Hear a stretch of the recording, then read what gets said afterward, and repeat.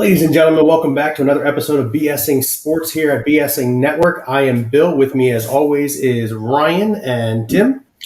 We are here to do our Week 9 NFL recap and tell you how absolutely horrendous all three of us did. But yeah, first of all, I mean, obviously we had a show last night, but how'd you guys do today? How you guys feeling? Tim, you looked shook when he said that. Hey, I'm pretty sure I did the same thing as you, Bill, M9. I think I picked two different teams, and we went 1-1 for that. So, Tim, you come up as the underdog again this week at 8-5. No, bull. You call him bull. Timmy, I'm looking at the document. Bullshit. I picked the same team with Ryan. Ryan and I both go 9-4 after he edited it. Huh? What purpose do I have in editing the document? After he changed it. No, but Tim, you and I had quite a few different picks, actually, from what I remember. We picked the Chargers-Falcons game differently. We picked the Raiders-Jaguars game differently. We picked the Bucks-Rams. Yeah, we had quite a few different picks. Yeah. Whatever. And you just came up on the short end of all of those games, Timmy. No, I won the Chargers. Good try. That's true. However, the Cardinals and Bucks game, Seahawks and Cardinals, Bucks-Rams game, you came up short. And then you took the Raiders, and we both took the Jaguars. Ryan took the Cardinals, too. He did, I know. Okay. I took the Seahawks. Yeah, you're acting like I'm the only one that took the Cardinals, though. I didn't say it that way. I'm telling you where you lost. You are the only one with 8 wins, though. Whatever. Hey, 8-5 really isn't a bad week, man. You just got to hope that one of us slips up once pretty good. I mean, really, outside of that sub 500 week you had, what was that, like week 3? Like it's all been kind of close for the most part. It is what it is. Yeah.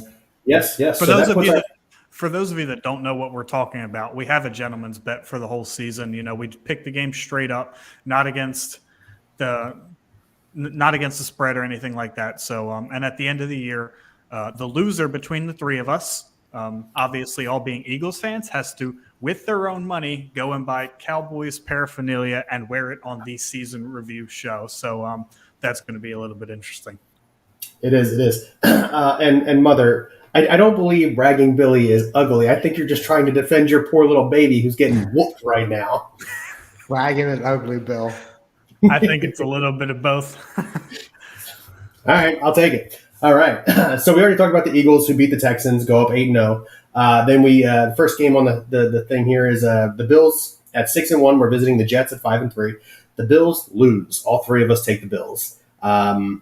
Josh Allen now is reported to have an elbow injury, but I really don't think that affected him as much as people are trying to let it look. The Jets came in with a good game plan, and they executed it to perfection. The Jets win. The injury to Josh Allen had nothing to do with, the Bills winning or losing this game. Josh Allen did not have his best game through the air. He did rush for 2 touchdowns, but ultimately you need to look at the Jets and be like, this is a good football team. I don't think that they are Super Bowl contenders despite beating arguably the best team in the AFC, simply because you can only look at Zach Wilson so many times and be like, congratulations, you didn't screw this up, and that's why we won. Before, you got to look at him and be like, hey, man, we need you to make plays because in the playoffs, this is a different beast. We're going to need you to beat the Kansas Cities. We're going to need you to beat the Buffaloes. You got to do that consistently. You have to make plays. So I don't think that the Jets are quite a Super Bowl contender yet, but this is a very good football team, and they're very ahead of schedule where they thought they would be. Yeah, I definitely agree with what Ryan said. Sauce Gardner played very well. He had 2 picks, I think. 9 tackles or something like that, and a forced fumble.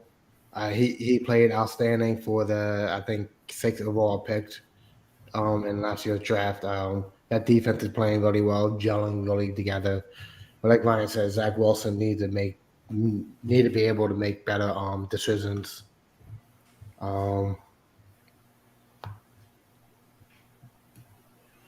Yeah, I mean, listen, the Jets come out and they beat the Bills 20-17. It was a tight game the entire game. You never felt like the Bills were going to be able to pull away. If I remember correctly, I am the only one who took the Bills to cover the 13-point spread, 12.5-point spread. So I was definitely wrong there. And obviously they didn't get to the 46 points at a 20-17 score. But going into this game, you thought to yourself, like, the Bills are this good. The Bills are definitely the cream of the crop in the AFC. The only team right now in the NFC that might be able to fight with them is the Eagles, and the Jets, are coming off a tough loss. So you thought to yourself, the Bills got this. We were wrong. Well, let me ask you guys this. So, starting with you, Tim, the Bills are 0-2 in the division. They've lost close games to Miami and New York now. So, Low what's your take on scoring the games. Bills? I think once they come to playoff time, like down in the stretch, they start to play Jets again and Miami again at that. I think they win both games. They're both at home, actually. Like you said all the time, it's hard to beat a team at home on the road. So I think they come to Buffalo and they both lose. So they've still split evenly and see. I don't know what the tiebreaking could be. Like, teams they played against each other. Opposing teams, yeah. I think the Bills will beat them, and they would be still the number 1 seed in the AFC. Bill, what is? Are you concerned at all about the team that kind of stole your name? For starters, the Bills have been around a lot longer than me. Dude, what? But no, I'm not really. I'm not really concerned about the Bills. Listen, the 2 tough fought road games where you didn't play your best on either game, and you still only lose by a field goal in both games. And they're divisional games; those are always tougher to begin with. You're on the road in both of those games. The reality is that the road to the Super Bowl in the AFC is coming through Buffalo, and Buffalo's not losing those games at home. Now, listen, can the Chiefs beat Buffalo at home? They proved last year that they could, but do the Jets or the Dolphins beat the Bills at home? Absolutely not. I think Timmy's right. I think they go to Buffalo the last 2 games of the season, or the last 2 matchups of the season for those teams, and the Bills are victorious. And I believe that the Bills are victorious in dominating fashion to prove that these are just like blips on the radar for what the Bills really are. Well, Bill, it'd be interesting if they did do that. However, for the first 2 games, you did predict that they were going to win in dominating fashion, and they lost. So that's correct. That's true. Yeah. Listen, you're right. Next game, I could be wrong. Shit, we could all be wrong. You know what? To touch on the Phillies real quick. To touch on the Phillies real quick, I had my doubts about Ranger Suarez, and he was their best pitcher in the playoffs. So everybody can be wrong. That's true. It's true. Panthers at 2-6. We're visiting the Bengals at 4-4. 42.5 was the over/under. The final score in that game was 45-21, I think. Thank you very much. 42-21. Yeah. So the Bengals almost get the over by themselves. Here's my question. All 3 of us took the Bengals. Here's my question, Tim. I want you to answer this one first. What are the Bengals this year? 1 week they come out and they do this. Another week they come out, they only put up 3 points. Then the following week they come out and they do this. What are the Bengals right now? They are average. Without Jamar Chase, they don't have big explosive plays. Joe Mixon had a great game against the terrible defense, the Panthers. They gave up 45 points, not 45. I think it was 30-something points to the Falcons. Joe Mixon had himself a day. The best career game he ever had. 5 touchdowns. He didn't rush for that many yards, believe it or not. I think it was 60 or something like that. And a couple receiving work. So they're average. When Jamar Chase comes back, they could be a little bit more explosive. But then I give you my different opinion right now. But right now they are average. Brian, what are the Bengals to you right now? Hit or miss is probably the best way that I would describe it. Even when they had Chase throughout the year, this was a team that looked like they would go into games and they would just be absolutely cluelessly lost on offense. I mean, see the Browns game, that they didn't score in the first half. They were losing 25-0 at halftime to a team that is now 3-5, and they, on paper, should have handily beat. I don't know what the Bengals are. The Bengals are an identityless team, and they've got to figure it out quick. I mean, the Ravens looked strong yesterday on Monday night, but they have to figure it out quick. So Ken Brandt brings up a really good question, and I think I'll take the reins on this one. Let you guys follow me up. He asks, I'm sorry, I should be pulling it up. Ken Brandt asks, do the Bengals make the playoffs? I mean, obviously, if the team that shows up on Sunday shows up, yeah. However, yeah, the AFC has more good teams than the NFC. but I still think the Bengals squeak in there. Obviously, there's the one additional wild card there. I think the Bengals do squeak into the playoffs. Do I think they're a Super Bowl contender this year? No, I do not. But I do think the Bengals are still a playoff team. Ryan. Well, nobody thought the Bengals were a Super Bowl contender last year, and then they got into the playoffs, and then sure enough, they ended up winning. I do think that they get into the playoffs, although it's going to be tough because the Ravens essentially have a 2-game lead in that division after beating the Ravens 19-17. I think that was week 5. It was week 4, pretty early on in the season. So they have a little bit of ways to cover up. However, they could definitely win this division. I do see them doing that. I just have more questions about the Ravens than I do the Bengals right now, as weird as that sounds. It looks like neither one of these teams really wants to take a grasp on this division. I mean, if the Ravens could just chop off all their fourth quarters, they would be undefeated like the Eagles. So, but they have, a real bad habit of blowing multiple score leads, specifically at home. So I do think that the Bengals end up making the playoffs. I have confidence that they turn it around and win this division because, to me, that's going to be the only way they make it, looking at the way the AFC East is playing this year. That's a good point, Tim. Yeah, Ryan took the words out of my mouth.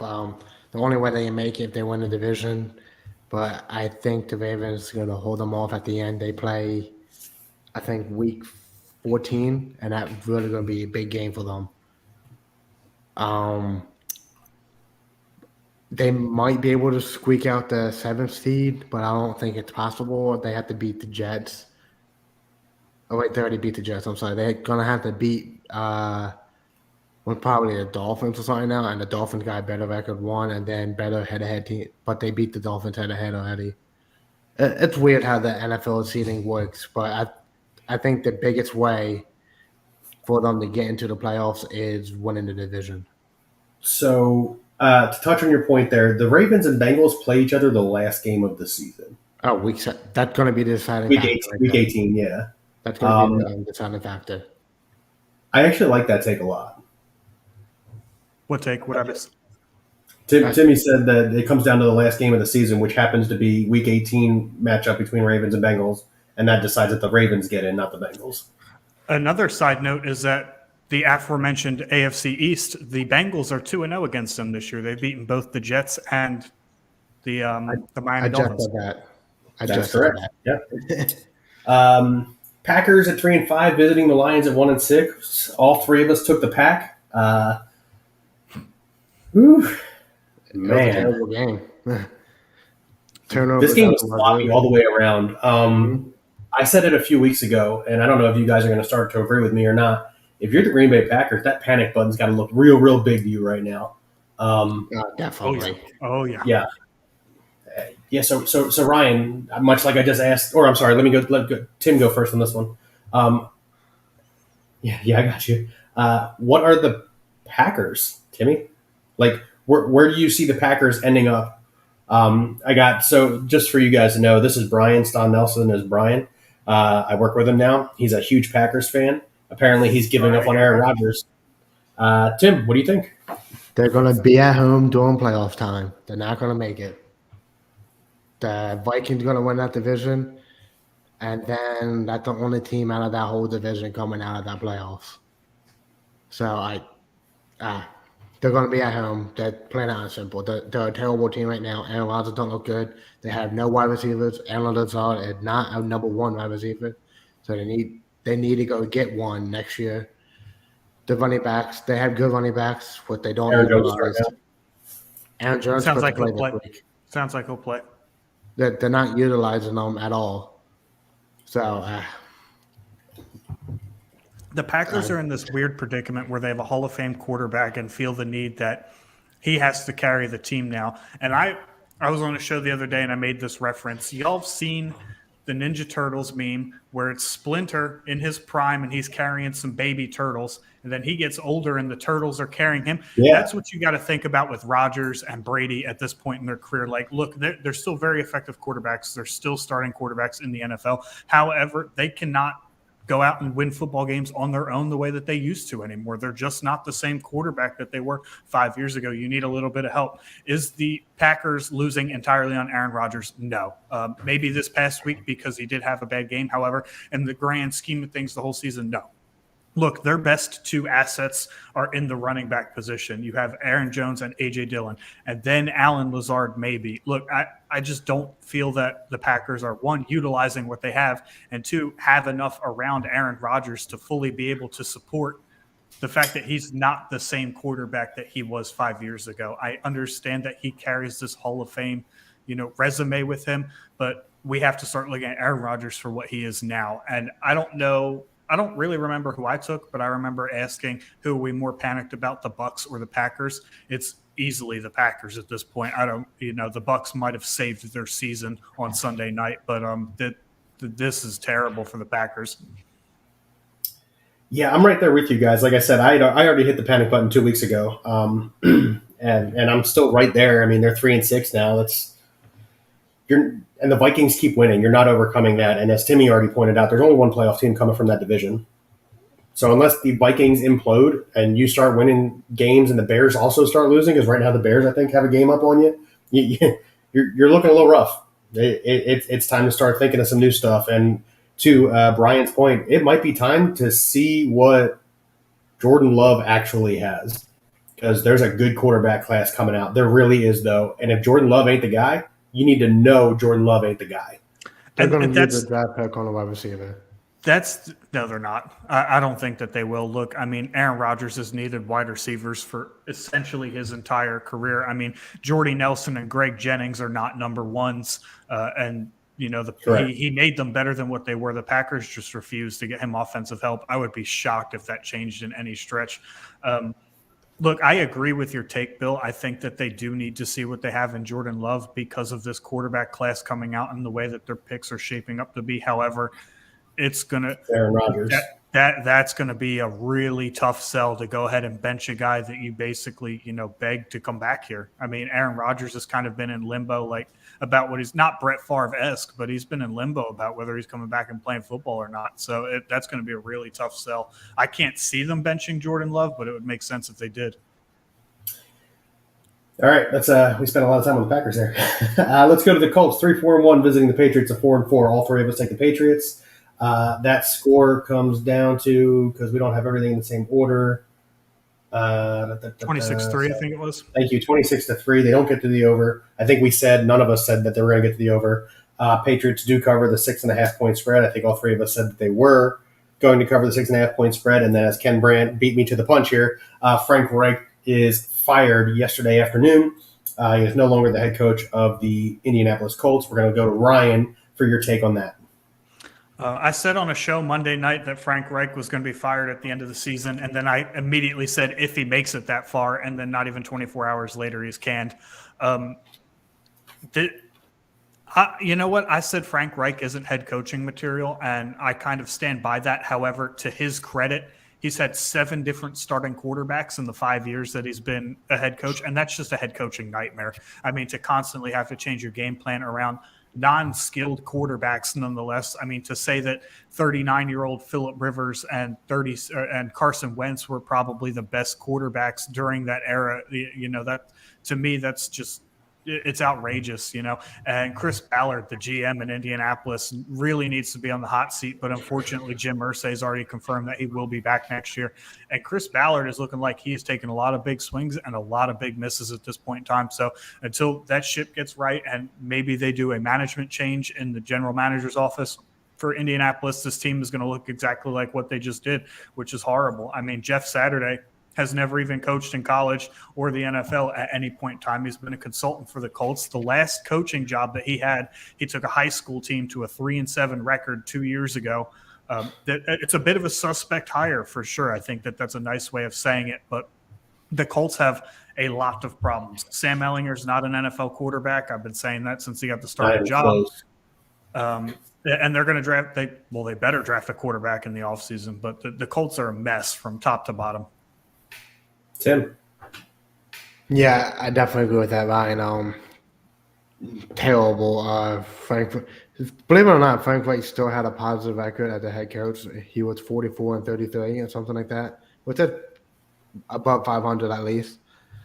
But like Ryan said, 7 different quarterbacks isn't a big game plan for you to get dealt. Like you need to change your offensive plays almost to a different quarterback every year, which is terrible. But other than that, I got a question for you guys. Do you think Detroit Lions are going to let Jared Goff go and Indy pick him up? If Indianapolis is intelligent, they stay far, far away from Jared Goff. Honestly, if Indianapolis is intelligent, they stay away from almost any quarterback that pops up in the free agent market this year. I'm telling you, they really need to be going to draft a young kid out of the draft. If you want to swing and miss, that's the kind of swing and miss you need to take. Stop bringing in these veterans who aren't doing it for you, because now you're talking 3 years in a row consecutively that it hasn't happened. Let's not forget that Frank Reich took that job when Andrew Luck was still supposed to be the quarterback of that team. That's a really enticing job. And then Andrew Luck, decides to retire. It's super unfortunate, and it's absolutely screws Frank Reich and his game plan and how he's going to handle the whole team. But if I'm the Colts and I'm that front office and I'm Jim Irsay and I'm the general manager, I am staying away from veterans. They've burned me 3 years in a row. I'm staying away from them. I'm going to get a rookie. I'm going to – listen, Phillip Rivers played well. He did. Not well enough to win him a championship, but well. But, yeah, for me, go get me a young guy who's got a good arm and can fit into a scheme plan or a game plan and scheming that whatever coach you bring in can do. Because right now your whole team looks lost, and it's because there's no consistency in the backfield for the Colts. So Jared Goff's in a weird predicament. He has an opt-out in his contract that brings up a dead cap hit of $10 million. So the Lions have a pretty interesting scenario on their hands anyway. So it's either keep Jared Goff for another 2 years or buy him out at $10 million and trust that whoever you draft is going to be NFL ready. To me, I'm still on the fence. I haven't made up my mind as to what the Lions are going to do with Jared Goff. So specifically Jared Goff, I just don't know. That's such a weird situation. I don't know what the Lions are going to do with him. Okay. I still stand strong. Ken Brandt says even Jimmy G, talking about Jimmy Garoppolo. If I'm the Colts, I'm sorry. Even with Jimmy G, I'm staying away. Like I said, like Ryan pointed out, that GM has swung and missed on 3 straight quarterbacks to get them to the promised land. I'm going to get a rookie. So I think Jimmy G will probably be a pretty decent fit there. You got to understand they're also getting a new coaching staff in there. So you want like the new coaching staff to come in, pick the quarterback that they want, and build the team around that. And then you can have them tied together, kind of like these other coaches and quarterbacks, where with right now it's Sean McVay and Matt Stafford, and it was Doug Peterson and Carson Wentz, and like those scenarios. And if I'm the Colts, that's the way I want to go. But I'm staying away from veteran quarterbacks if I'm the Colts. I'm not saying every team should approach it that way. Just the Colts as a single unit. It's not a bad spot for a rookie quarterback, though. You have a true number one X receiver in Michael Pittman there. You have a solid offensive line. I mean, they're not great, but when they're healthy, they play well. You have a good running back in Jonathan Taylor. And the defense, has been a little hit or miss this year, but I think that they're on the better half of NFL defenses. Like, I don't think that it's, a spot where a rookie quarterback's going to go and just be wildly, unset up for success. But I don't think at the same time, if you bring a veteran quarterback in there, that makes them a championship contender. So I agree 100% that if they're going to go after a quarterback, it has to be through the draft. Yeah. Let's see. Chargers 4-3 visiting the Falcons at 4-4. We will have another show. So we're going to do the who do they hire. Sorry, Tim Hawkins says who do they hire. We are going to have our post-season recap and talk about all that stuff at the end of the year.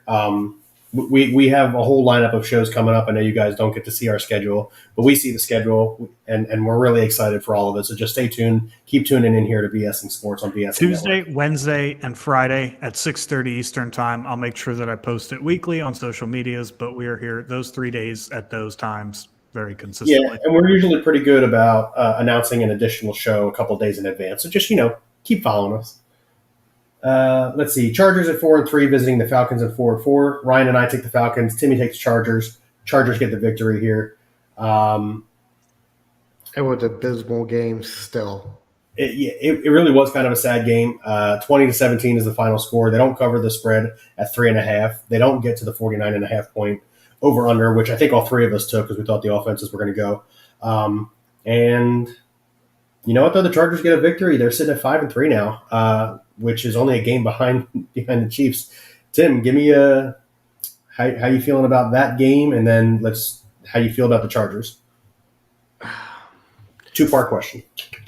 The game itself was abysmal. That I thought it was going to be way more high scoring than what it was. Both defenses played out of their mind for some reason this game, especially the Falcons holding Justin Herbert to I think 220 yards or something like that. Not too big.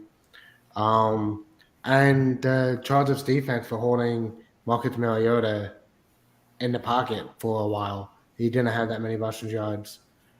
Am I wrong about something? No. There's breaking NFL news just happened a few minutes ago. The Raiders are releasing former first-round pick safety Jonathan Abram. Okay. That's all. That's all I was looking at. I'm sorry. Now the Chargers, they did the right things at the right time. They used Josh Palmer effectively. They used Austin Eckler effectively, even though he did have a fumble that almost cost them the field goal win. Then Justin Herbert made an amazing pass to Josh Palmer, who called it on the 20-yard line, something like that. They had a game plan and they stuck to it, and it comes out as a victory for them. Ryan. I was a little iffy on this over-under. Look, this game kind of, in hindsight, beforehand, I probably would have said this is how this game was going to go, except I thought the Falcons would have won it. And they lost this game in the most Falcons way humanly possible. I mean, Austin Eckler fumbled that ball. The Falcons defense recovers, run 20 yards, and then they fumble the football too. So to me, that's just the most Falcons way to lose. That's what, not good teams do. That's how they lose football games. But, I mean, Justin Herbert, I think he played better than most people will give him credit for. I would say that he had one of the better performances of the week. And when you look at the stat line, it doesn't show that. But when you're without Keenan Allen, you're without Mike Williams, and you're playing with guys, DeAndre Carter didn't practice the last 2 days of the week because he was sick. So you're running out there, Josh Palmer and Austin Eckler, Gerald Everett versus, a Falcons defense that, they're not great against the pass, but they would sure look way worse if you have Keenan Allen, Mike Williams running down the field against them. Look, Justin Herbert played fantastic with his backups and guys that he does not get regular reps in. So I will give him that. Austin Eckler almost had a fantastic play. Unfortunately, his elbow was down, but that was good awareness on his part. And the Falcons just continue to run the ball at teams. I mean, Cordero Patterson looked fantastic in his first day back. Tyler Algier almost had 100 yards on 10 carries. So they're just going to run the ball at will, and they've shown that. Unfortunately, they had that bad break with the fumble at the end of the game. They're going to be a matchup problem for some teams because in a day and age where you throw the football a lot, the Falcons will not throw the football a lot. So, yeah, no, I mean, listen, to your point there, Ryan, and Tim, because you also said that Herbert played really well. He threw the ball 43 times. 43 times he threw the football. He was 31 for 43, I think 383 in yards. So some very close to those stats. And it just wasn't something that I had predicted would happen, especially with Mike Williams and Keenan Allen out. It's not something you predict going into that game. Oh, we're going to let Justin Herbert throw the ball 43 times. So, Tim, to your point, they had a game plan. They stuck to it, and they come out victorious. And as for Ryan, your comment on the Falcons, the now 4-5 Falcons, who are second in that division because the Buccaneers are also 4-5. You're right. They're going to be matchup problems. And Falcons own the head-to-head, so they'd be in first place. The Bucs are in the head-to-head. Oh yeah, the Bucs own the head-to-head. You're right. My bad. I actually like this question. I like this question between two 4-5 teams, Buccaneers and Falcons, because obviously only one of them are going to the playoffs. Which team goes to playoffs? Buccaneers very easily. You really believe that the Buccaneers saved their season this past Sunday? Very, very easily. We'll get into the Buccaneers when we get to Buccaneers, but I don't think that this is close. I think they win this division by multiple games. Okay, cool. Raiders 2-5, now 2-6, visiting the Jaguars at 2-6, now 3-6. Listen, the Raiders led 20-3 at one point in this game, and they ended up losing it 27-20. I don't know whether I want to ask what you think the You know what? both of these teams are bad. Let's just rant about how both of these teams are bad. Go ahead, Ryan, first. These teams are not the same type of bad, though. The Jags have a direction. They're very obviously rebuilding around Trevor Lawrence. They brought in Doug Peterson. The Raiders, you could argue the Raiders and the Colts are the two worst organizations in football right now simply because they're very directionless. These are teams that everybody in the preseason had expectations that they would compete. I mean, all we heard about all offseason was how the AFC West was going to be so good with the additions of Russell Wilson to the Broncos and Devontae Adams to Las Vegas. Look, both of those teams, the Colts and the Raiders, they're the worst organizations in football right now. I would even say that they're worse than the Packers and Bucks. These are teams that just are not playing good football, particularly the Raiders. At least when the Colts lose, they were already losing the whole game. The Raiders have blown 3 different 17-point leads at this point in the season. They are a terrible defensive team. They are horrendously coached, especially for a guy who has an offensive mind and who likes to run the ball. For whatever reason, they can't run the clock out at the end of games. So Derek Carr's not playing well.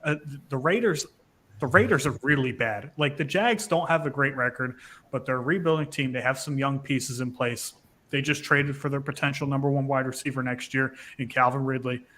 And Trevor Lawrence, a lot of people are slandering him, but it's really his rookie year. I'm not going to hold last year against him. It was just a mess of an organization. But I think that these are two teams where the records say they're bad, but they're trending in very opposite directions. As long as Josh McDaniels is there, I'm concerned about the Raiders.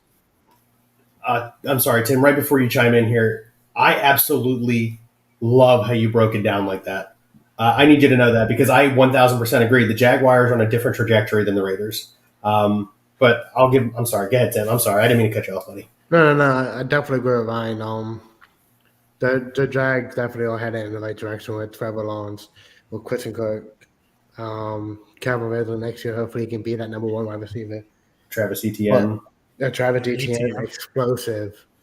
Good thing they got rid of James Robertson. But with the Raiders, man, they started off so hot throwing the ball to Devontae Adams.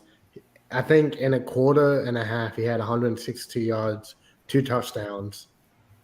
And going into halftime, the Jag came up with a game plan and shut him down. Like, he didn't do nothing the rest of the game, maybe a couple yards here and there, but no big plays from Devontae Adams, which good for Doug Peterson, that defense coordinator, to come up with a game plan at halftime to stop him. And McDaniels had nothing to counter with at all. The running game was gone.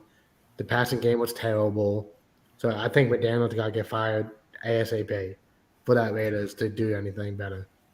Yeah, so I'm almost right there with you, Tim, on the McDaniels thing, right? Because now the floodgates have opened. Frank Reich has been fired. The team has done it in the middle of the season. That opens up the door for other teams to do it. And if you're a team like the Raiders who are aging, you think you've got a quarterback that can take you there. You brought in a coach that was supposed to do it, and you're not getting it done. If I'm the Raiders, he's gone. Absolutely, he's gone. Now, as for the Devontae Adams situation, I had the wonderful luck of playing Joe Mixon and Devontae Adams in 2 separate leagues together. As you could guess, I lost both of those leagues. But yeah, so that's how my day started on Sunday with fantasy football. But I digress. Again, I love Ryan's take on it. The Jaguars with Doug Peterson are a significantly better coach coach team than the Raiders with Josh McDaniel. Trevor Lawrence has the potential to be a significantly better quarterback than Derek Carr has ever been in his entire career. And more importantly, outside of Devontae Adams, I mean, Hunter Renfrow was nice last year. Darren Waller has been nice in his career, but hasn't really shown up this season. Trevor Lawrence has more weapons around him right now, and they still get Calvin Ridley next year. I 100% agree. These are two teams that are significantly different in trajectory. Sorry. And like I said, if I'm the Raiders, you just signed Devontae Adams to a huge contract, so you can't blow it up. But you got to figure something out real fast, like real fast. Well, Derek Carr's on an extension too, so I think he has a couple years left. He's shown with the right kind of coach he can play football. I mean, Derek Carr is like as Kirk Cousins as they come. Like, he will play good football. Your team will probably get to the playoffs. Derek Carr's never going to win a Super Bowl. No, definitely not. Dolphins at 5-3. This game ended up being such a good game and way closer than I predicted. The Dolphins at 5-3, now 6-3, visiting the Bears at 3-5, now 3-6. 45 points was the over/under. They crushed it. 38-35 victory for the Dolphins here. And the Dolphins did not, 35-32. Sorry, and the Dolphins did not cover the 5.5 point spread. We all took the Dolphins, but man, let's forget the Dolphins for a second, right? Because they made some additions and they're a good team. Like whatever, that division's really good. Let's talk about the Bears. How about Have the Justin Bears Fields? have the Bears actually figured it out? Can they compete in that division for years to come? Obviously, like I said, unless the Vikings implode, they've got no shot at the playoffs. But Tim, the Vikings. I'm sorry, the Bears. The Bears. What do you got? I mean, they have a three-headed monster called Justin Fields, David Montgomery, and Khalil Herbert. They are a three-headed monster. Justin Fields ran for 170 yards, breaking Michael Vick's rushing Single-season rushing record, yep. Justin Fields making better decisions, even with passing. He's not holding on to the ball, and he's not getting hit from behind because he said, all right, well, if I'm going to keep getting hit from behind, I'm going to try to run and try to get a first down at that point. And it's really saving his ass. Like, I'm not gonna lie. I personally was a Justin Fields fan coming out of college. I thought he had the talent. I thought he could be a decent NFL quarterback. And right now, he's proven it that I was right. He can be a decent NFL quarterback. He has a running ability like Jalen Hurts. I think he's a better runner than Jalen Hurts. Jalen Hurts has a better arm right now, but with the right quarterback coach and head coach, Justin Fields can be a top 10 quarterback next year. I like that take because it is a little controversial in the fact that you compared Hurts and Fields, not in the fact that they're not similar quarterbacks because they are, but I actually think the opposite ever so slightly. I think Fields is the better thrower and Hurts is the better runner. But let's give credit to Luke Getsy here. Okay, so I sat here and slammed Luke Getsy, the offensive coordinator for Chicago, because they clearly couldn't put an offensive game plan together the first part of the season. And then all of a sudden, with the weapons that are around them, Tim, you touched on it perfectly, outside of Sunday's game, because it was really a one-headed monster, but they do have a three-headed monster in the backfield. David Montgomery's had great games. Khalil Herbert's definitely contributed for a couple weeks there. And Justin Fields is running out of his mind right now. Look, the Bears don't have a number one receiver on their roster. Chase Claypool might be a number two at best. So, I mean, this is a team hurting for weapons on the outside. So what do? You run the football with everybody that touches the football. Just run it. And you know what? They made the adjustments based on the skill sets they had. That's what good coaches do. That's what your Doug Petersons do, where, Bill, you touched on previous game that the Jags have better weapons than the Raiders. I completely disagree. I just think that they're utilized better.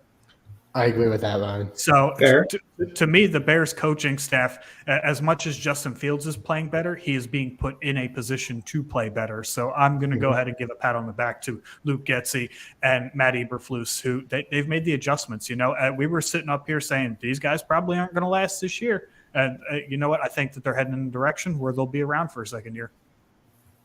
Yeah, I definitely agree with that. Even like you said, whoever touches the ball, run the ball. Don't get it wrong. Chase Claypool could run the ball too. He done it against the Eagles. He scored 4 touchdowns or something like that in 2018. He could He can run the ball too. So it's another weapon that they can use running the ball off the end of bounds and stuff like that. Like Ryan said, they made a game plan to run the ball and they're going to stick to it, just like the Atlanta Falcons. All right. I like that. I was not a fan of Justin Fields coming out. I've said it several times. I'm not a fan of Justin Fields. But I'm also more of an old school quarterback kind of guy where, you know, they got to show me something with their arm before I'm like, yeah, man, this quarterback's really good.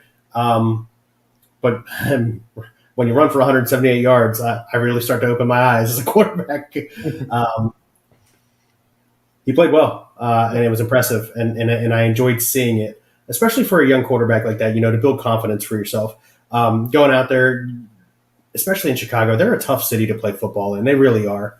They're not Philadelphia, and there's no city like Philadelphia, but it's tough to play in front of that crowd. They love their Bears, you know, Bears. Like they love the Bears. For him to build that confidence, yeah, they lose. I get it, they lose. he played absolutely freaking phenomenal. So good for Justin Fields. Can we talk about the Dolphins head coach telling him stop scrambling? Dude, I like that, man. Mike McDaniels is probably one of my favorite coaches now for saying that. Like, he just made a joke, and then he was like, he didn't take the coaching that I gave him. Like, I just thought that whole interaction was funny. That's good. That's the type of stuff you like to see, though. So Yeah. I'm right. Yeah. Vikings at 6-1, now 7-1. Visiting the Commanders at 4-4, now 4-5. Another 3-point game. We had 3 20-17 finishes this week. there were some good bad football games, like good finishes, but like the offense is kind of eh. Yeah, all three of us take the Vikings. The Vikings do win. However, I do remember saying that the Vikings would not cover the 4.5-point spread. Obviously, they don't. And I also think I said that they wouldn't get to the 43.5 points, and they also don't. Ryan, I think you agreed with me. Tim, I think you said they were going to go over the 43.5 points. I don't even remember what the hell I said, to be honest with you. Like next week, like I said, we got a game plan next week. We got this whole flow chart. We'll get it figured out. We're learning. We're just like Luke Getzey and Matt Eberflus. We're learning on the job. Yeah. So listen, the Vikings are 7-1, right? Timmy, give me your opinion of the Vikings. Wait, was it Ryan's turn? Go ahead, Tim. I don't know. Yeah, Tim. The Vikings. Let's talk about Washington real quick. They held the Vikings to 20 points, I think, overall. It was a 17-17 game, and they kicked the field goal at the end. Taylor Heineke made one bad play, and it was at the end of the game, unfortunately. And then the Vikings are a game time manager. They can manage the game perfectly well, as they proved. It was 3 minutes left in the fourth quarter, and they got the ball back, and they ran the timeout and kicked the field goal, last-second field goal to win. That's what the Vikings are. They're 7-1 because they can do that. They lost the game to the Eagles because they couldn't run the ball. They couldn't get anything going. And once they get something going, they can manage the time good enough to win games. There are two types of people that care how you win football games. They're haters and casuals, right? The Vikings are 7-1. It doesn't matter if they beat every single team that they face by a field goal, and outside of the one loss, they have 7 wins. They're very comfortably in first place in their division. So let's go ahead and establish that. I don't think that they looked fantastic. Outside of Justin Jefferson, they definitely have some questions. I know TJ Hawkinson was very heavily involved with a lot of short passes in his first game, getting him into the flow of game. However, Adam Thielen, 7 targets, only 3 catches. There seems to be a little bit of a disconnect there. Dalvin Cook averaged less than 2.5 yards a carry. Again, we've seen him go very up and very down this season. The Vikings have some long-term concerns. I think that they have more weapons on offense that just aren't producing the way that they should. But like I said, sometimes it doesn't matter how you win, or every time it doesn't matter how you win, that they're 7-1. It's hard to win on the road in the NFL, right? So I guess it's hard to blow teams out on the road in the NFL too. Yeah, no, I'm right there with you guys. They're 7-1. They're second in the NFC. They've got the second best record in football right now since the Bills lost. Say what you will, but the Vikings, with Kirk Cousins at the helm, 7-1 football team. Point blank. Seahawks 5-3. Man, the Seahawks right now. Seahawks at now 6-3. Go to Arizona and beat the Cardinals at now 3-6.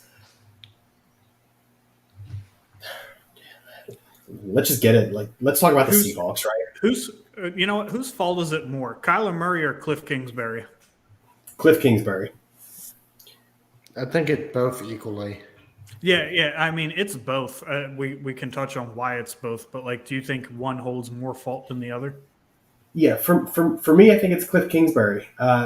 They aren't running the same schemes that got them to 11-6 last year or whatever it is. 13-4. They were the best record in the NFC last year.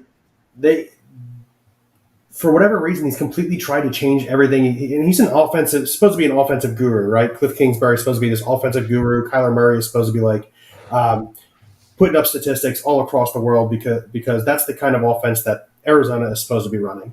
And if you look at games from last year and then look at games from this year, it's like they completely abandoned what made them good last year. Last year, they were really good at running the ball on first down. And then if they didn't run the ball on first down, they were really good at running the ball on second down. And this year, it's like they run the ball on first down, and if it doesn't get them anything, that's it. Like, throw it. And Kyler Murray's not that kind of quarterback. He's just not. You're talking the dude's 5'11". His offensive linemen stand almost a foot above him. Like, he's not the kind of quarterback that could drop back 3 feet and throw a slant route and expect it to get over A, the offensive lineman, B, the defensive lineman, C, the linebackers, and go for big plays. So Cliff Kingsbury right now for me is absolutely the person to blame. I'm not saying Murray doesn't deserve some of the blame, but if we're looking to point the finger at somebody, Cliff Kingsbury. I'll say I'm going opposite for me. I'm blaming Kyler Murray. They had all offseason to practice the playbook. I think Kyler Murray is one of the couple quarterbacks that actually played in preseason. They had games to practice the playbook. They had all practices to practice the playbook, and he's not executing what he needs to execute. So I'm blaming Kyler Murray, not reading the right defenses, making bad passes. What, Bill? I want you to finish, and then I'll chime in. I do agree that they had like a 2 good running backs last year, Chase Edmonds and James Conner. James Conner is not a running back one. He needs a second guy to take good carries from him to get the big yardage. James Conner is good for a 3rd and 1, 3rd and 2 type situation. And they're not getting in that type of situation. They have, I think, one of the highest 3rd and 5s or more in the NFL right now, and James Conner is not cutting that. So Kyler Murray has to throw the ball more or scramble more, and he is not making the right decision to get rid of the ball. I say week in and week out, it's the coach's responsibility to put the players in position to be successful. Yes, the players have to execute, but the coach has to come up with a game plan to put their players that they have on their roster in position to be successful. And I just think Kingsbury's failing at that. Have you ever seen the Facebook video saying, I have 22 players, 12 offense, 12 defense, 11 offense, 11 defense. If they don't execute on them, I make a great game plan. I agree with that. I think the game plan is pretty decent. And Kyler Murray is not executing it. Dude, so we just look at it differently. I'm looking at it. I'm looking to put blame. We're both looking to put blame, but the way I'm looking at it is it's the coach's responsibility if they're not executing weeks 1 through 3 to find a game plan that they can execute. And they're not going to sit Kyler Murray. They get paid them $120 million. They're not going to sit him. 120 million reasons, right, Ryan? Yeah. I didn't say they should. That's not what I'm saying. I'm saying that your game plan isn't working. It's your job to find a new game plan. Not expect the guys who aren't executing your game plan to execute that game plan. I'm saying it's Cliff Kingsbury's job to find a game plan that works for his team. That's what I'm saying. How did they put together a game plan when the number 1 wide receiver is out for 6 weeks? And then on top of that, those are excuses. Other teams make the adjustment. Cliff Kingsbury isn't. Flat and simple. Or maybe he is, and Kyler Murray told him STFU like he did in the middle of the game. And if that's the case, then very specifically it goes to Kyler Murray. But is that a scenario that we can definitively say is happening? No. So if I'm looking at it from the outside in, Cliff Kingsbury's the coach. He needs to make the adjustments. All right, I give you one step over that. Blame it on the GM. We're gonna let Ryan chime in here. You and I argued for a little bit. Yeah, Ryan. No, sorry, I'm counting the dots on my popcorn ceiling here. That's okay. Keep going. So you guys gave each good reasons why it was one or the other. I'm going to tell you why it's both. Look, Kyler Murray, Cliff Kingsbury gets paid. GM gets paid. They all get extensions. Kyler Murray sits around for the offseason, cries, whines about how he's not getting a contract. He's not going to show up to training camp without his money.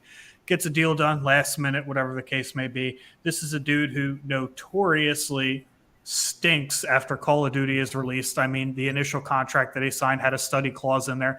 And funny enough, he's 0-2 after Call of Duty is released. Who saw that coming? So to me, I think Kyler Murray's to me, he kind of has an attitude, you know, if you see it about him, he's kind of like, okay, I got my money. I'm one of the better quarterbacks in the NFL. This is a guy who looks like and just breathes like he's going to rely on his talent. He does not want to work hard to be one of the best quarterbacks in the NFL, which sucks because I think he has some very great natural ability. He's obviously very mobile. He has a very strong arm. to me, he probably should have just went and played baseball, which probably would have been worse for him. But hey, at least that money's guaranteed, and you don't gotta take a beating for it. And then I'm going to tell you why it's Cliff Kingsbury. Look, it's Cliff Kingsbury's job as the head coach in the NFL to rein in those players. Tim touched on the fact that DeAndre Hopkins was out. They went out and traded a first-round pick for Marquise Brown, who was a college teammate of Kyler Murray and fits Kyler Murray's skill strengths, to me, better than DeAndre Hopkins does, because Kyler Murray throws a very nice deep ball, and that's what Marquise Brown is very specialized at catching. So to me, I think that they definitely share equal blame. I think if Kyler Murray worked harder on his own, we could probably look at Cliff Kingsbury and say, hey, what are you doing, man? But to me, I think that there's just a complete disconnect between the two of them. Ultimately, Kingsbury will end up paying the price at some point. I don't think he's fired in the middle of the season because he did just get a contract extension, but I could see them looking to make a move there in the offseason. I like it. All of it's good. All of it's good. I like it. I love this show. We do good stuff here sometimes.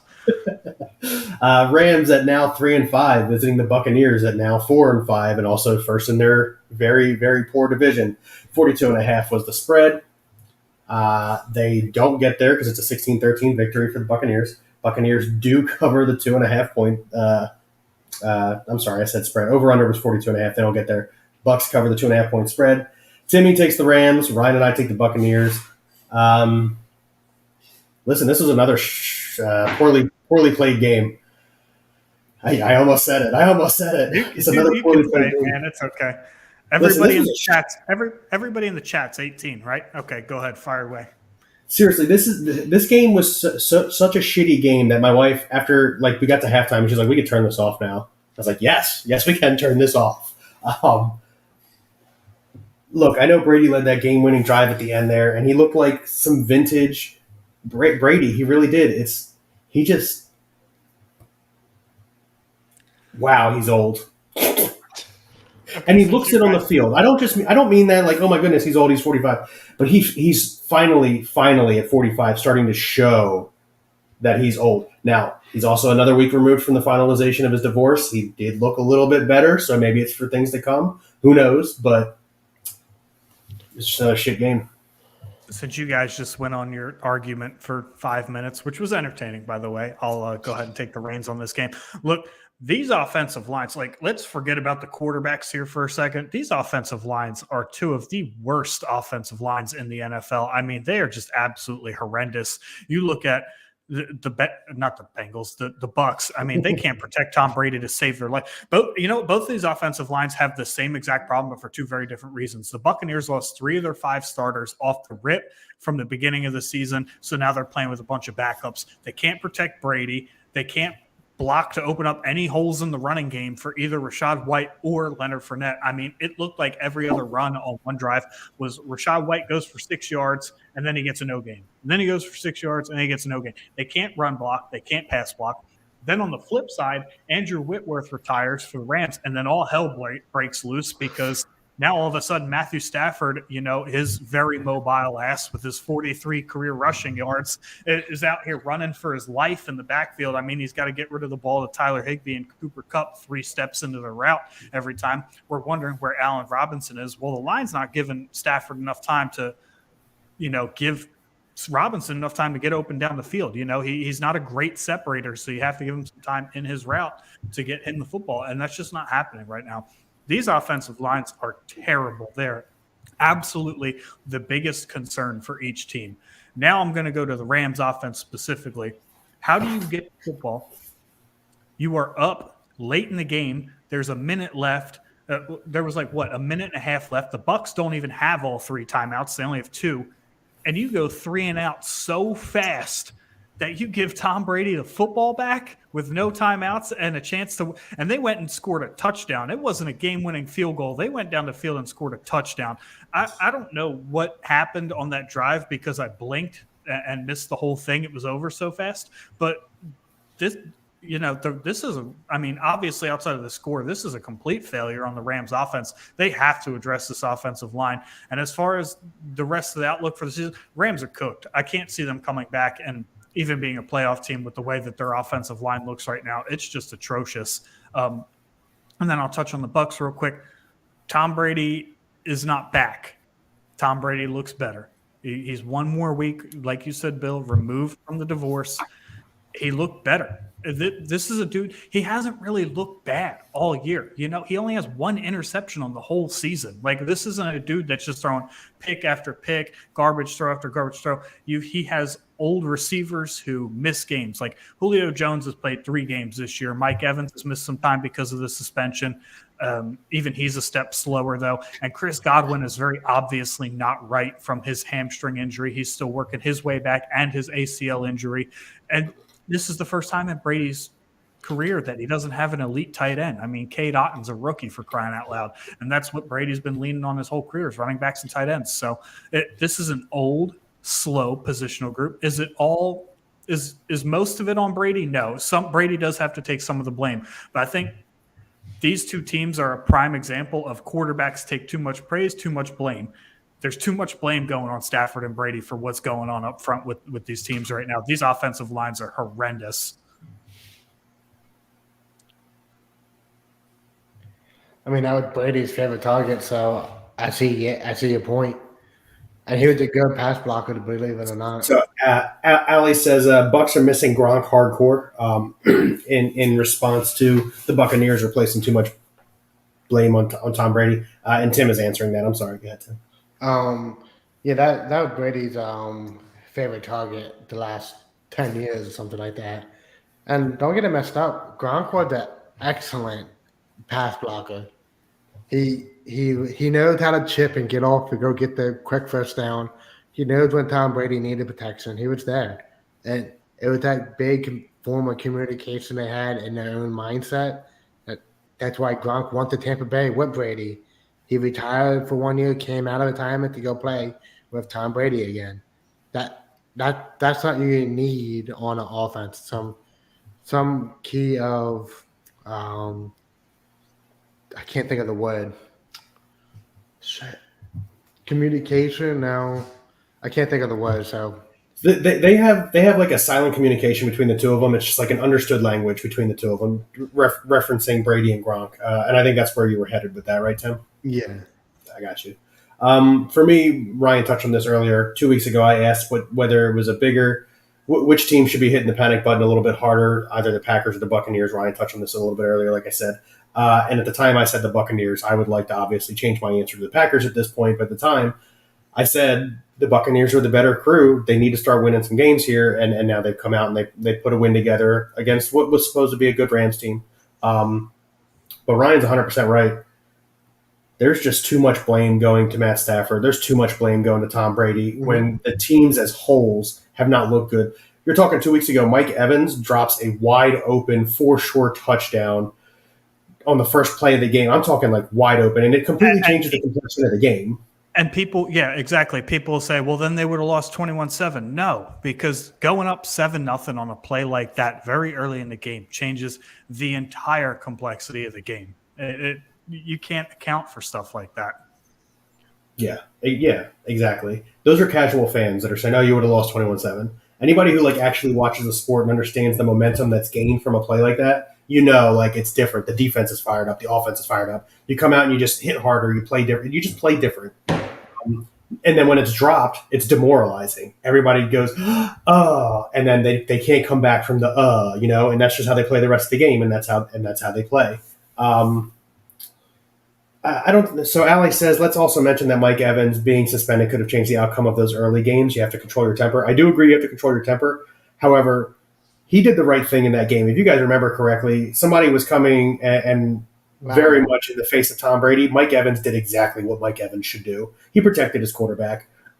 Yes, you're one of the star players. You really need to let a lineman do that, but I don't disagree with Mike Evans' reaction. He was lucky to only get one game. But they haven't come back from that, and I do agree that that's a momentum swing, right? So Mike Evans isn't on the field.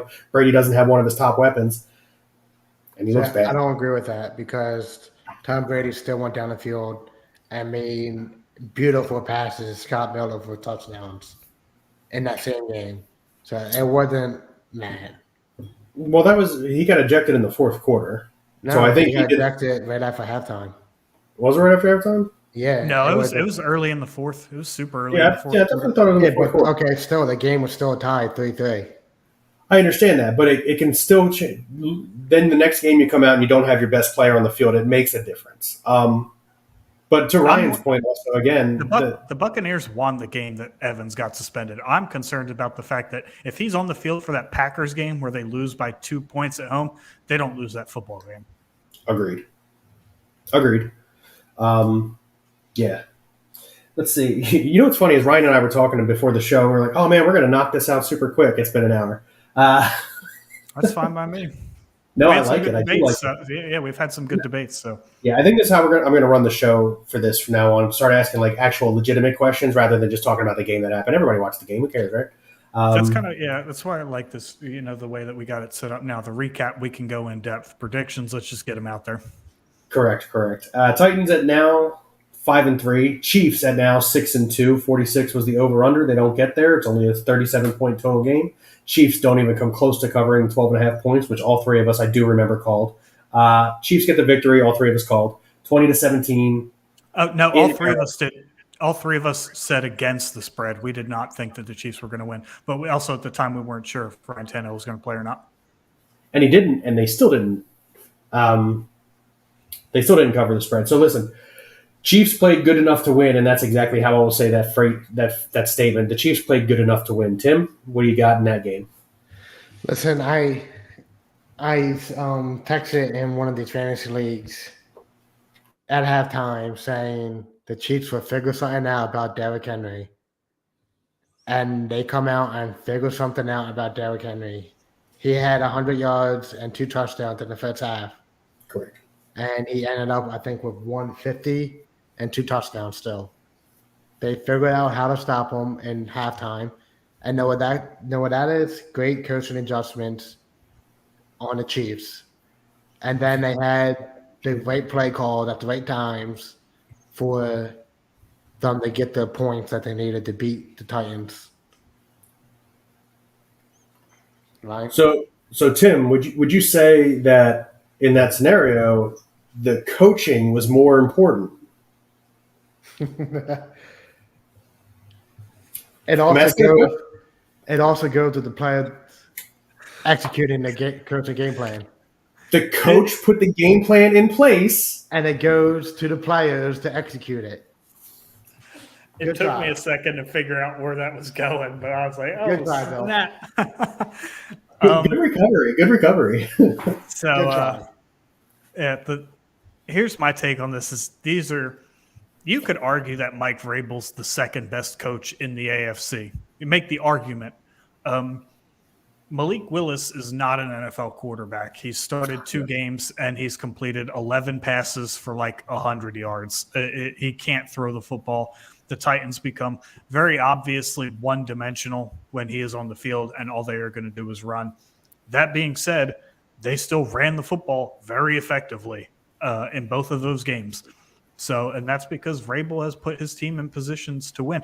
And the defense for the Titans played outstanding against an elite offense on the road. They were in Kansas City, mind you. So that's pretty good on Vrabel's part. I think he was just slightly outcoached by the best coach in the AFC. Malik Willis is terrible. Let's just get this out of the way now. Malik Willis is awful. He went 5 for 15 for 80 yards. 5 for 16. He didn't complete a single pass to a wide receiver all game, and he took a ridiculous amount of sacks. This is a dude that is Ryan Tannehill's job is completely safe, and it has nothing to do with the way that Ryan Tannehill plays. It's the way that Malik Willis just looks absolutely horrendous as a quarterback. He can't throw the football by any means necessary. If they were down by 3 points and he had a chance to get the football like in overtime, what did he do? First down sack. First down was incomplete. Second down sack, third down sack, and then 4th and 21. Like, Malik Willis ain't getting out of that. This game should have been a blowout, but because Vrabel's a fantastic coach, it wasn't. That's the way that I'm going to put this. Yeah, I'm right there with you. Derrick Henry's a fantastic running back. Let me not give all the credit. Yeah, no, I'm right there with you. And to Tim's point, while I was trying to bait him into an answer in my way, he's 100% right. Andy Reid and his coaching staff, Steve Spagnuolo, came out with a game plan to stop Derrick Henry, and the players executed that game plan. but it still goes back to it was a good game plan, not a bad one, and it was effective. Good players to make. I'm agreeing that the players executed a good game plan. We're going to keep going back to this. I'm A asking good this game question plan every game versus now. a bad game plan.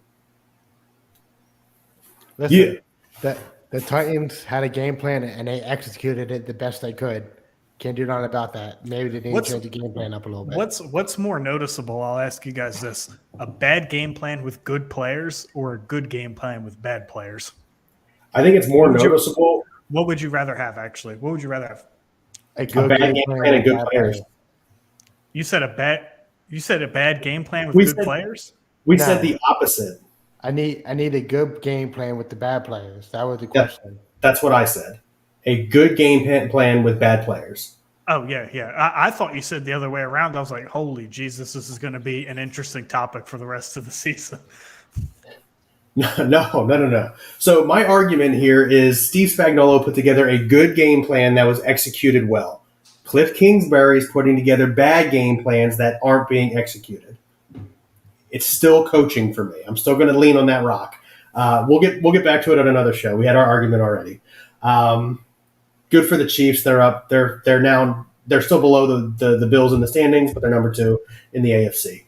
Ravens at now 6-3, visiting the Saints at now 3-6. It's a Thankfully. 40-point game, huh? Thankfully, Yeah. if the season ended today, the Saints would have been the 6th overall pick.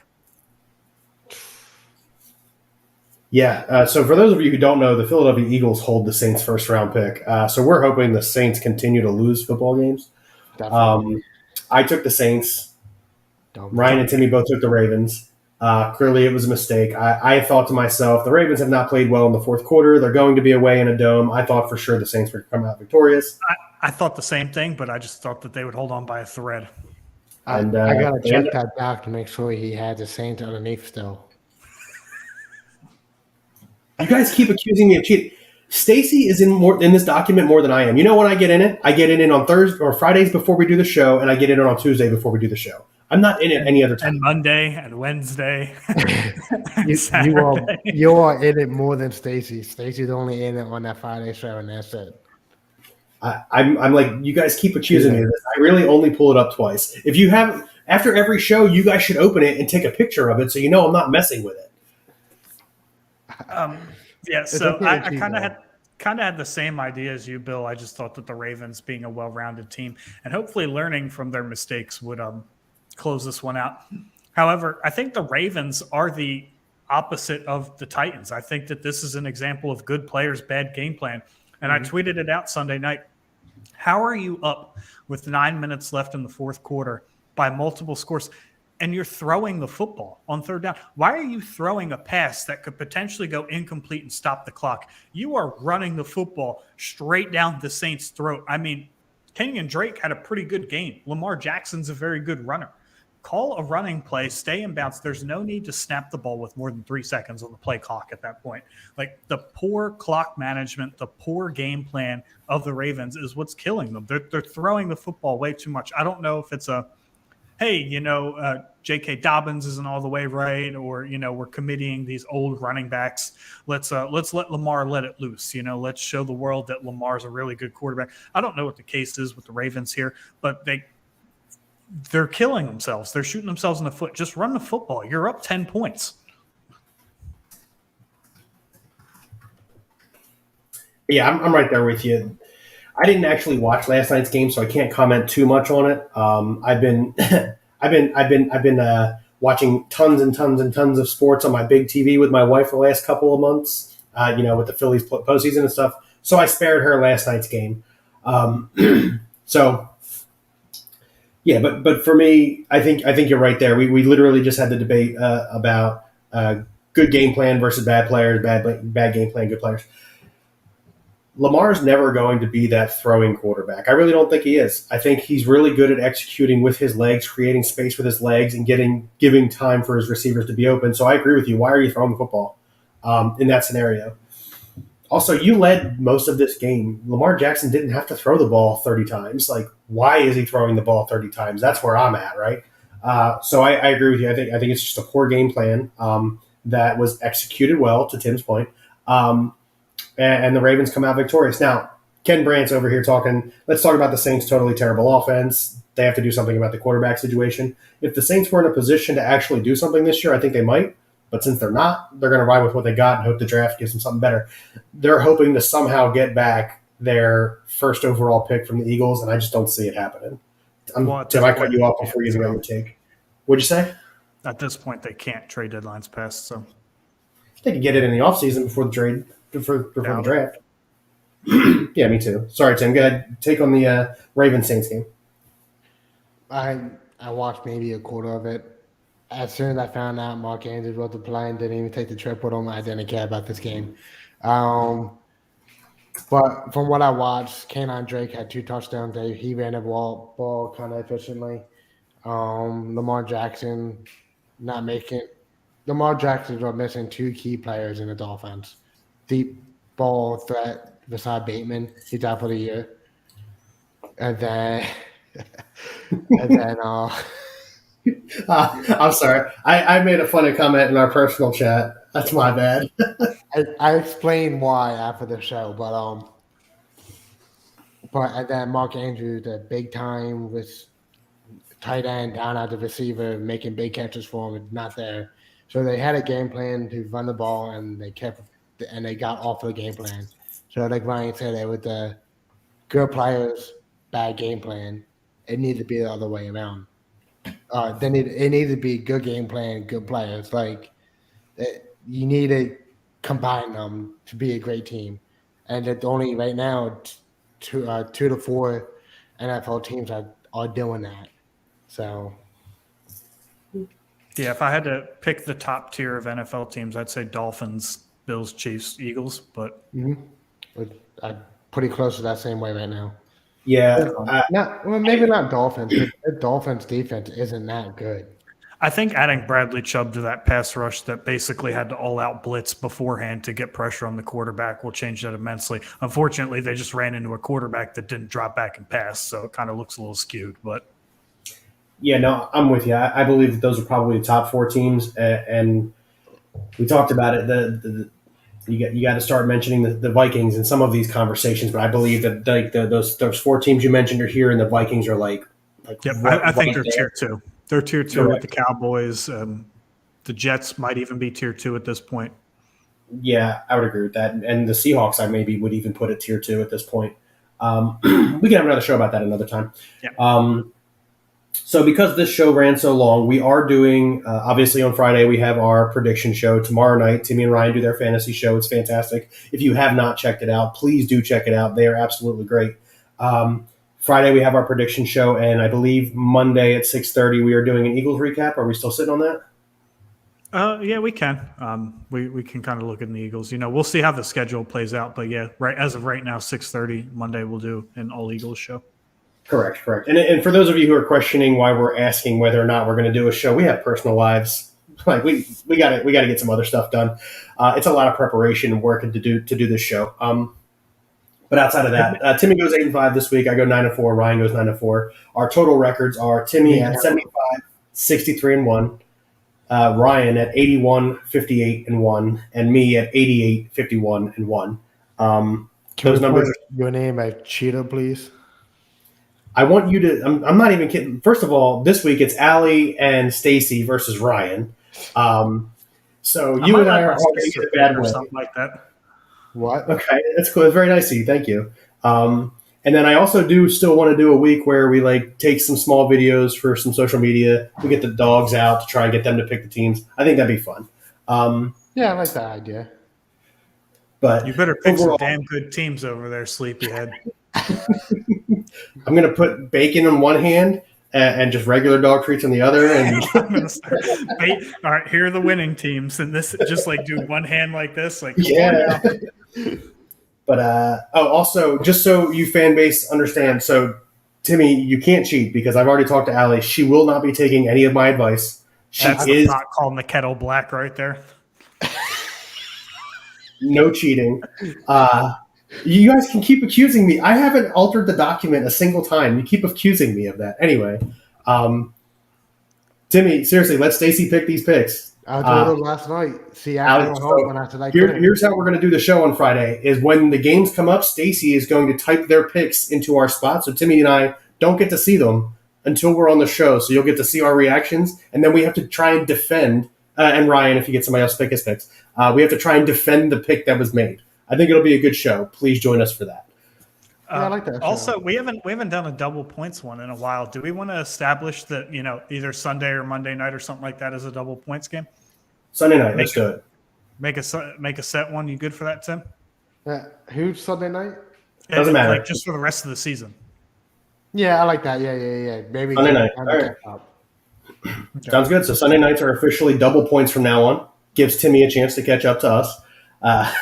Or for us to just break away. Or for us to just break away. That's right. He's going to have to start picking teams opposite of us at some point, right? I've been trying to do that.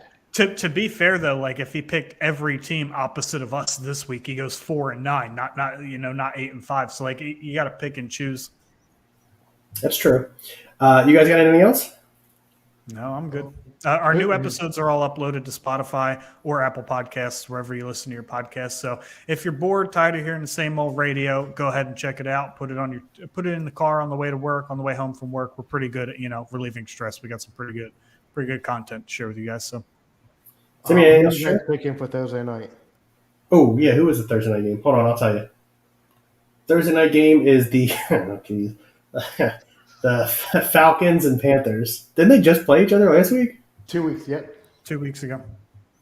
It was a good game. It was a damn good game, too. They're in Carolina. Give me the Panthers. Oh, fuck. Damn it. They are going back to P.J. Walker. They did say that they're going to P.J. Walker. Give me the Falcons. This sucks. I'm taking the Panthers. I'll take Damn it, Ryan. Pick your own damn team. No, I'm Who going to am I say supposed to pick? there. I want you to pick the Falcons. I only got two options, man. Oh, what a gross team. Oh, Timmy, you and I already did it wrong. What? Supposed to be Stacy and Allie. It's all right. Thursday night could be us. I'm still taking the Falcons. Yeah. But that's going to do it here for us on – I'm sorry, Timmy, go ahead. Let them pick still, and if they agree, they agree. If they don't, they don't. And we put their picks in. We will put their picks in. I agree. Actually, you know what? Al, I know you can hear me. Falcons, Panthers. Type it in the chat.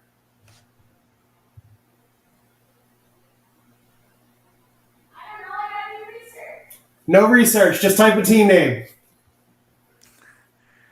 You have up until kickoff to change it.